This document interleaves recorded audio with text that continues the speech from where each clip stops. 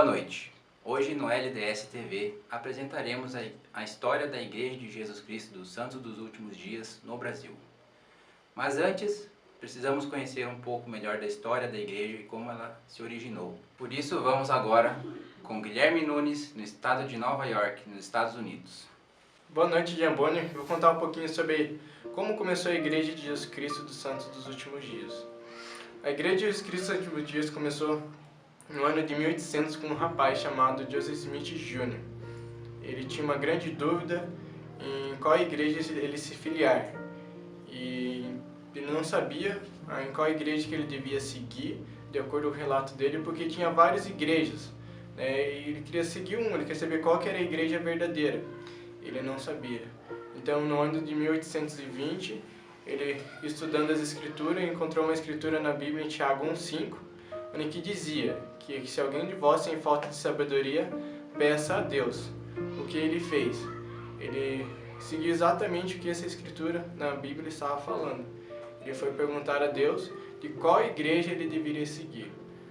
Então, no ano de 1820, em uma primavera, ele foi em um bosque bem distante, próximo da casa dele, e fez uma oração para saber exatamente qual igreja ele deveria seguir. E eu gostaria de relatar essa história exatamente com as palavras dele, né, do próprio rapaz Joseph Smith. Então ele disse o seguinte: vi um pilar de luz acima de minha cabeça, mais brilhante que o sol, que descia gradualmente sobre mim. Quando essa luz pousou sobre mim, eu vi dois personagens, cujo esplendor e glória desafiam qualquer descrição, pairando no ar acima de mim. Um deles falou me chamando pelo nome, e disse apontando para o outro: este é o meu filho amado, ouve-o. Nessa visão, Joseph Smith disse que ele viu Deus e Jesus Cristo, a qual disseram para ele que nenhuma dessas igrejas era verdadeira, mas que ele seria o responsável por trazer o Evangelho de Jesus Cristo, ou seja, a Igreja de Jesus Cristo, de novo nessa terra, que ele restauraria novamente a igreja com profetas, apóstolos e autoridade de Deus aqui nessa terra. Então, passou os anos, ele foi chamado como profeta da Igreja de Jesus Cristo dos Santos dos Últimos Dias.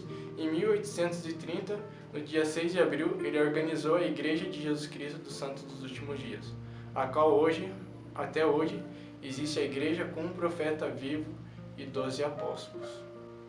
Gostaria agora, Giamboni, de falar um pouquinho como foi os primeiros contatos da Igreja de Jesus Cristo dos Santos Últimos Dias aqui no Brasil. Foi no ano de 1876, com o imperador Dom Pedro II. Na sua viagem para os Estados Unidos, ele passou do estado de Nova York a São Francisco, aonde ele teve uma breve parada no estado de Utah, Salt Lake City, aonde ele se encontrou com o presidente da Igreja de Jesus Cristo, o profeta Brigham Young, onde ele visitou templos, a Praça do Templo, o Tabernáculo e fez várias perguntas a respeito da fé mórmon. Depois da sua visita, ele declarou o seguinte: os mórmons realizaram árduo labor, preparando esta terra, impelidos pelo entusiasmo religioso. É com você, Giamboni. Agora vamos relatar como a igreja veio para o Brasil, direto em Ipomeia com Pedro Blind. Olá, Giamboni. Eu estou aqui em Ipomeia para falar sobre a chegada da Igreja de Jesus Cristo dos Santos Últimos Dias no Brasil, mais conhecida como os Mórmons. A família Lippitt foi a pioneira da Igreja de Jesus Cristo dos Santos Últimos Dias no Brasil, mas antes deles virem para cá, já havia uma família que era Mórmon, mas nunca tinha entrado em contato com a igreja. O nome dessa família era a família Zapf. Eles vieram para o Brasil por volta de 1913, já a família Lippitt veio no ano de 1923. Mas antes da família Lippitt vir para o Brasil, ainda na Alemanha, eles não eram Mórmons. Em vez disso, eram protestantes. Menos Robert H. Lippitt, patriarca da família, o qual não acreditava em nenhuma religião. Então, um dia, o quarto filho da família Lippitt ficou doente. E ele teve uma visão, onde ele disse para sua irmã Georgine: aqui neste quarto, onde você está varrendo agora, estavam nossos avós, já falecidos, os quais virão me buscar, não nesta quinta, mas na próxima. E no domingo após minha morte, vocês irão conhecer uma mulher, o qual os convidará para participar de outra igreja. E vocês deverão aceitar esse convite, pois essa igreja é a igreja a qual nossos avós querem que vocês participem. Então isso se confirmou, pois no domingo após sua morte, enquanto August e seus filhos estavam indo para a igreja, uma mulher começou a conversar com eles e os convidou para participar da escola dominical da Igreja de Jesus Cristo dos Santos dos Últimos Dias. Eles gostaram do que aprenderam nessa tal escola, então relataram os fatos em casa. E na próxima semana, eles foram para a Igreja dos Mármores. E depois de ter se passado um tempo, August e todos seus filhos acima de 8 anos se batizaram. Os únicos que não se batizaram foram Georgine, por não ter completado 8 anos, e o Sr. Lippert, pois ainda não acreditava em nenhuma religião. Então o Sr. Lippert proibiu a leitura das escrituras em sua casa, a qual começou a ser praticada às escondidas. Então, depois de sua família ter se convertido para a Igreja de Jesus Cristo nos últimos dias, o Sr. Lippert resolveu imigrar para o Texas, Estados Unidos. Então ele mudou de ideia quando descobriu que a quantidade de membros no Texas era maior que na Alemanha. Então foi isso que motivou o Sr. Lippert a vir para cá, um lugar onde não havia nenhuma religião, no meio da selva. No início, a família Lippert teve dificuldades na língua portuguesa e financeiramente. Então quase toda a família foi se empregar. Os únicos que não foram procurar emprego foram a August, e sua filha mais nova Georgine e George. Enquanto estava em Porto Alegre, o irmão de Georgine, Heinrich, tinha contraído uma doença que na época era considerada mortal. Então o Sr. Lippert falou: se meu filho sobreviver, eu acreditarei em todos, mas se ele morrer, não acreditarei em nenhum Deus e em nenhuma religião. Então se passou o tempo e Heinrich melhorou. Mas só que nesse período, o Sr. Lippert já não se lembrava mais de sua promessa e continuou incrédulo. E então, depois desse acontecimento, a família Lippert decidiu se mudar para Santa Catarina, para uma cidade chamada Cruz Machado, que estava começando a ser povoada e que havia menos população que em Porto Alegre. Mas no meio do caminho, o Sr. Lippert conheceu Cristiano Blind, que disse para ele que Cruz Machado era uma terra infértil e que ele tinha descoberto uma terra virgem e cheia de pinheiros, chamada Rio das Antas, que hoje é conhecida como Ipomeia. Então, depois deles terem se mudado para Ipomeia, se passou um tempo e August escreveu para a presidência da igreja, que respondeu dizendo que ela deveria escrever para o presidente da missão sul-americana da Argentina. Então, depois de escrever para o presidente da missão, ele veio para Ipomeia. Então, com a chegada do presidente da missão sul-americana, foi realizada a primeira conferência com autoridades no Brasil, no ano de 1927. E no ano de 1930 foi quando vieram os primeiros missionários de Joinville. Então Georgine, agora com 15 anos, decidiu se mudar para Joinville. E nesse meio período ela conheceu um rapaz rico que queria se mudar para os Estados Unidos. Mas só que ele não queria se afiliar à igreja. Então ela voltou para Ipomeia para conversar com sua mãe sobre o assunto. Então, depois de várias tentativas, Georgine aceitou o pedido de Heinrich. Só que tinha algumas condições, que eram que ele deveria ler o livro de Mormon todos os dias e se filiar à igreja. Heinrich tinha lutado a Primeira Guerra Mundial por sua pátria, a Alemanha. Enquanto estava na guerra, ele disse que era guiado por um bom espírito, e que, se não fosse por esse espírito, talvez ele nem estivesse vivo, pois teve muitas vezes que ele foi o único sobrevivente do grupo. E ele se filiou à igreja por causa da insistência de sua namorada Georgine, que queria que ele se convertesse à igreja para que eles pudessem se casar. Então, depois de ter passado algum tempo, em setembro de 1930 foi aberto o ramo da Igreja de Jesus Cristo dos Santos Últimos Dias em Ipomeia. E em 18 de setembro de 1955 foi iniciada a construção da capela de Ipomeia, que durou 4 anos. E em 9 de março de 1959 foi feita a dedicatória da Igreja de Jesus Cristo dos Santos Últimos Dias em Ipomeia. E a dedicatória foi feita pelo Elder Spencer W. Kimball. E na dedicatória estiveram presentes 4 autoridades, 7 missionários, 28 membros e 55 não membros, totalizando 94 pessoas. Em 1928 e 1935 foi iniciada a missão brasileira. E nesse meio período, em 4 de julho de 1952, August morreu. Então, o seu marido, Robert H. Lippert, vai morar em Novo São Paulo, Santa Catarina, próximo a Ipomeia, junto com seus 2 filhos mais velhos, Heinrich e Eduardo Lippert. Os 3 tinham muitos vícios e eram indolentes. Então, por causa desses vícios, o Sr. Lippert teve um derrame cerebral. Então foi morar com sua filha Georgine para se curar. Na casa de sua filha, ele lia jornais enquanto fumava seu cachimbo. E Georgine sempre deixava o livro de Mormon do lado dos seus jornais, para que um dia ele pudesse ler. Então, Georgine percebeu que seu pai estava lendo escondido o livro de Mormon, pois não queria ser visto lendo as escrituras. E depois de ter se passado um tempo, o Sr. Lippert entregou seu cachimbo e falou para sua filha: "Não quero mais beber bebidas alcoólicas e nem mais fumar. Eu quero ir para onde minha mulher foi. Quero me batizar nessa igreja." E com a vida dos missionários foi marcada a data do batismo. E nesse meio período, o Sr. Lippert teve outro derrame cerebral, que o impossibilitou de falar, comer e fazer as coisas sozinhos. Então, depois de ter se passado o tempo, os missionários chegaram. E o Sr. Lippert acenou, dizendo que queria se batizar mesmo sem as condições. Então carregaram-no em sua cadeira de balanço até a Rio do Peixe, onde foi batizado. E então, ao levantar-se da imersão das águas, o Sr. Lippert disse: "Deixe que eu vou sozinho." E então, ele caminhou sozinho até sua casa. Foi uma alegria espiritual para todos que estavam ali, pois não há palavras que descrevam um ser humano, por sua fé em Jesus Cristo, poder fazer as atividades físicas normalmente. Até o final de sua vida, ele fez todas as atividades sozinho, se alimentou e falou sem precisar de ajuda. Então, com 84 anos, ele continuava frequentando as reuniões da igreja, e com 86 anos, o Sr. Lippert faleceu, quando em uma manhã adormeceu sorrindo. Com você, Jean Bonner. Agora vamos para a região sudeste, direto com Camila Santos, no Rio de Janeiro. Olá, Jean Bonner. Eu vou contar um pouco hoje da história da igreja na região sudeste. A história começa bem antes, em 1929, quando a família Céu é batizada.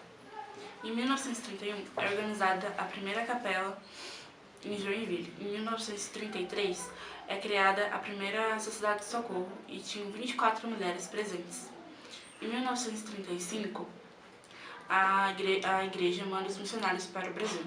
Em 1939, a igreja foi tão inspirada que eles começaram a traduzir o livro de Mormon para o idioma português. E neste mesmo ano, o governo brasileiro proibiu o idioma alemão. Em 1940, a igreja se expandiu para Rio de Janeiro, Minas Gerais e Espírito Santo. Em 1941, os missionários se retiraram do Brasil em razão da Segunda Guerra Mundial. Em 1946, eles voltaram ao Brasil. Em 1941, foi criada a primeira estaca em São Paulo e foi dedicada pelo Elder Faust. Agora vamos ver como a igreja começou na região norte, diretamente com Nicolas, na região de Manaus. Olá, Jean Bonner. Estou aqui em Manaus, capital do Amazonas, onde foi criada a primeira estaca do Norte em 1988. Atualmente há 22 estacas de distritos que são divididos em 11 municípios. Boa Vista é a única capital brasileira a possuir somente um distrito, que é dividido em 5 alas. O Templo de Manaus, dedicado em 10 de junho de 2012, é o único templo da região norte inteira. É com você, Jean. Agora vamos para a região nordeste, com a repórter Rebeca, diretamente de Recife. Olá, Jean Bonner. Ela chegou aqui por volta de 1960. Seu primeiro batismo foi de Milton Soares em 15 de maio de 1960. É a menor região com número de membros da igreja, com destaque no Ceará. Tem 65 estacas e 7 distritos. E a primeira estaca foi a de Recife, Brasil, que foi criada em 1980. Tem um templo em Recife, que foi dedicado em 2000 e está sendo construído em Fortaleza. É com você, Jean Bonner. Muito obrigado, Rebeca. Agora vamos diretamente para Brasília com a repórter Evelyn Vianoski. Boa noite, Jean Bonner.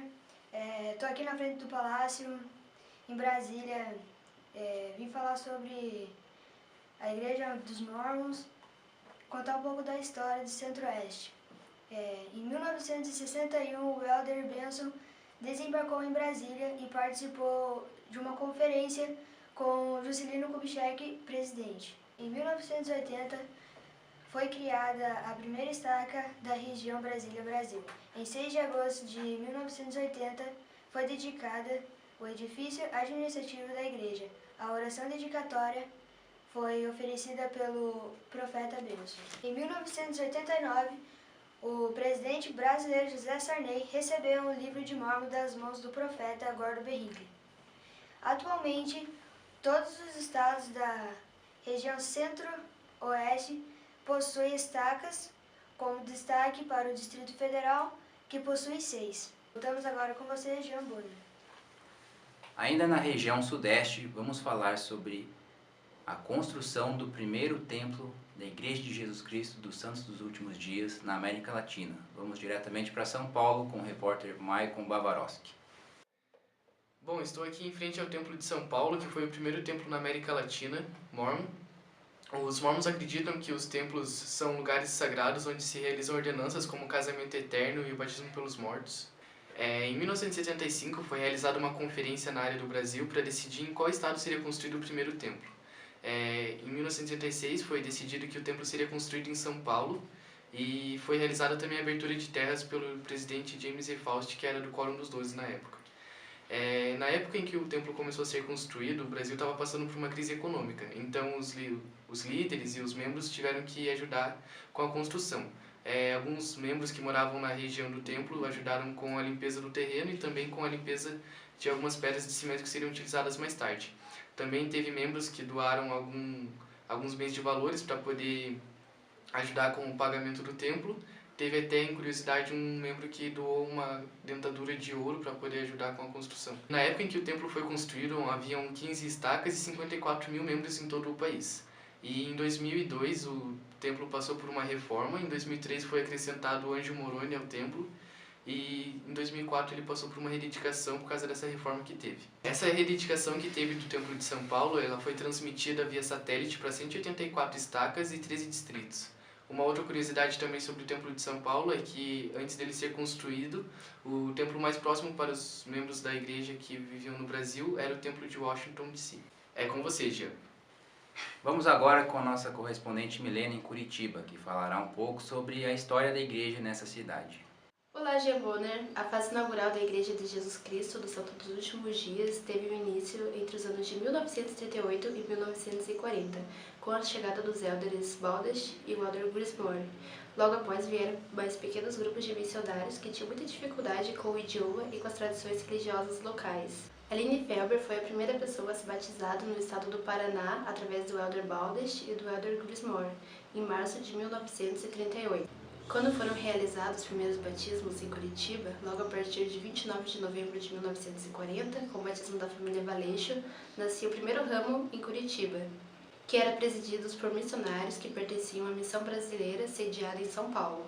Isto foi por pouco tempo, pois o ramo foi logo reorganizado, desta vez em nova sede, na rua Comendador Araújo, e os membros locais foram chamados e designados para sua presidência. O irmão Ordacosco foi o primeiro presidente de ramo em Curitiba, tendo como conselheiros o jovem Eloy e Flodoaldo.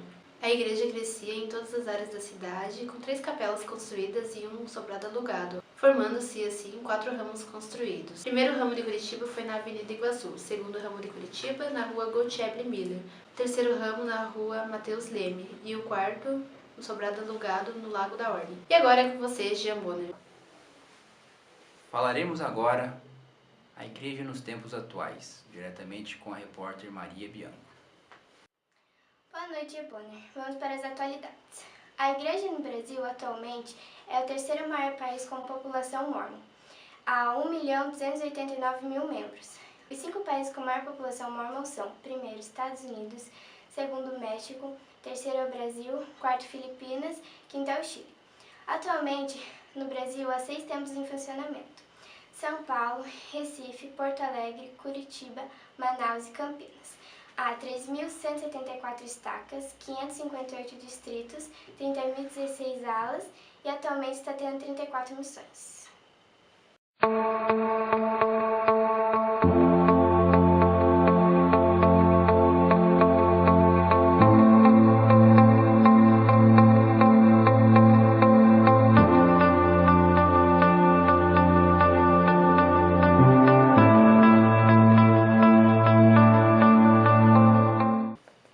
Boa noite.